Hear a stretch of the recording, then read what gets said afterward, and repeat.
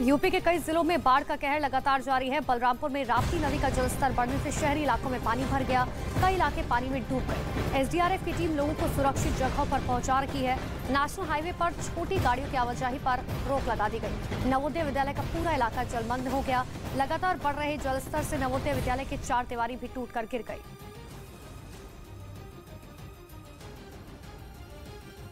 उत्तर प्रदेश के बलरामपुर में भारी बारिश ने जमकर तबाही मचाई। 24 घंटे से हो रही बारिश से शहर के कई इलाके बाढ़ जैसे प्रभावित हुए, जिससे लोगों की मुसीबतें बढ़ गई। बलरामपुर से सामने आई तस्वीरों में चारों तरफ पानी ही पानी नजर आया, जिसमें कई घर और सड़कें डूबी दिखाई दी। देखने से ऐसा लगा जैसे सड़क पर कोई नदी बह रही हो।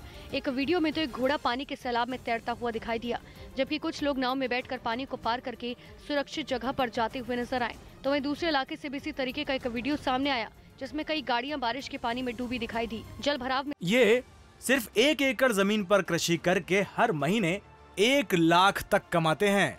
इनसे सीखना है तो फ्रीडम ऐप को अभी डाउनलोड कीजिए। सड़कें भी डूब गई, जिसकी वजह से लंबा जाम लग गया। बढ़ ही रहा है पानी, जहाँ जहाँ सूचना आ रही है गाँव की व्यवस्था की जाए और एनडीआरएफ भी आ रही है, बाढ़ राहत दल भी है।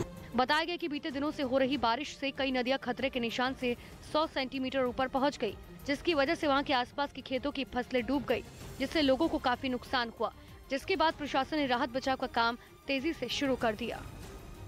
गोरखपुर में लगातार हो रही बारिश से कई नदियां उफान पर है। राप्ती नदी का जलस्तर काफी तेजी से बढ़ा है। नदी का पानी कई गांव में पहुंच गया। राप्ती नदी पर बने श्रीराम घाट, गुरु गोरखनाथ घाट की सीढ़ियां भी बाढ़ के पानी में डूब गई।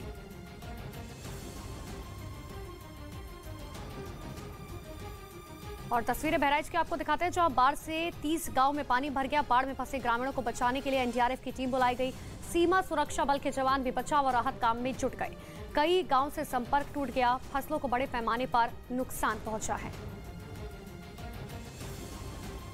उधर उत्तर प्रदेश के श्रावस्ती से बाढ़ बारिश से हुई तबाही की हैरान करने वाली तस्वीर सामने आई, जहां ताप्ती नदी के बढ़ते जलस्तर की वजह से निचले इलाकों में बाढ़ जैसे हालात पैदा हो गए। हालांकि बाढ़ के हालात को देखते हुए प्रशासन की तरफ से हर संभव कोशिश की जा रही है।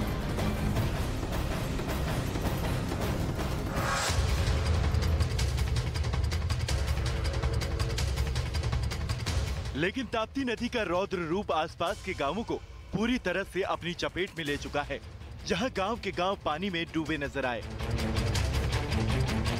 यहां बैराज का जलस्तर खतरे के निशान से 195 सेंटीमीटर ऊपर बह रहा है, जिसकी वजह से निचले इलाके में बाढ़ आने से गांव वालों की परेशानियां बढ़ गई हैं। गांव पानी में जलमग्न हो गया है।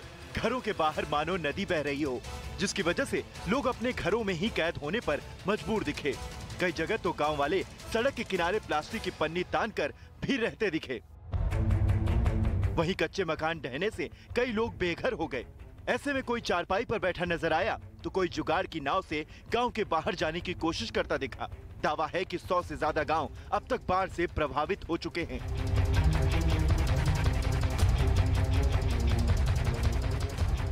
यूपी के मथुरा में भारी बारिश हुई। बारिश के बाद लोगों को राहत महसूस हुई। हालांकि बारिश के बाद जगह जगह जलभराव हो गया। कई इलाके पानी में डूब गए।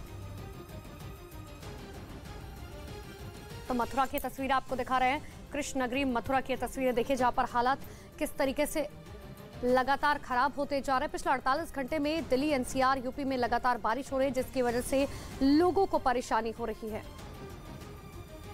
अब आपको मध्य प्रदेश के मुरैना की भी तस्वीरें दिखाते हैं, जहां बारिश से लोग बेहद परेशान हैं। जनजीवन अस्त व्यस्त है। कई इलाके जलमग्न हो चुके हैं। बारिश का पानी लोगों के घरों में घुस गया। लगातार बारिश से कारोबारी और किसानों को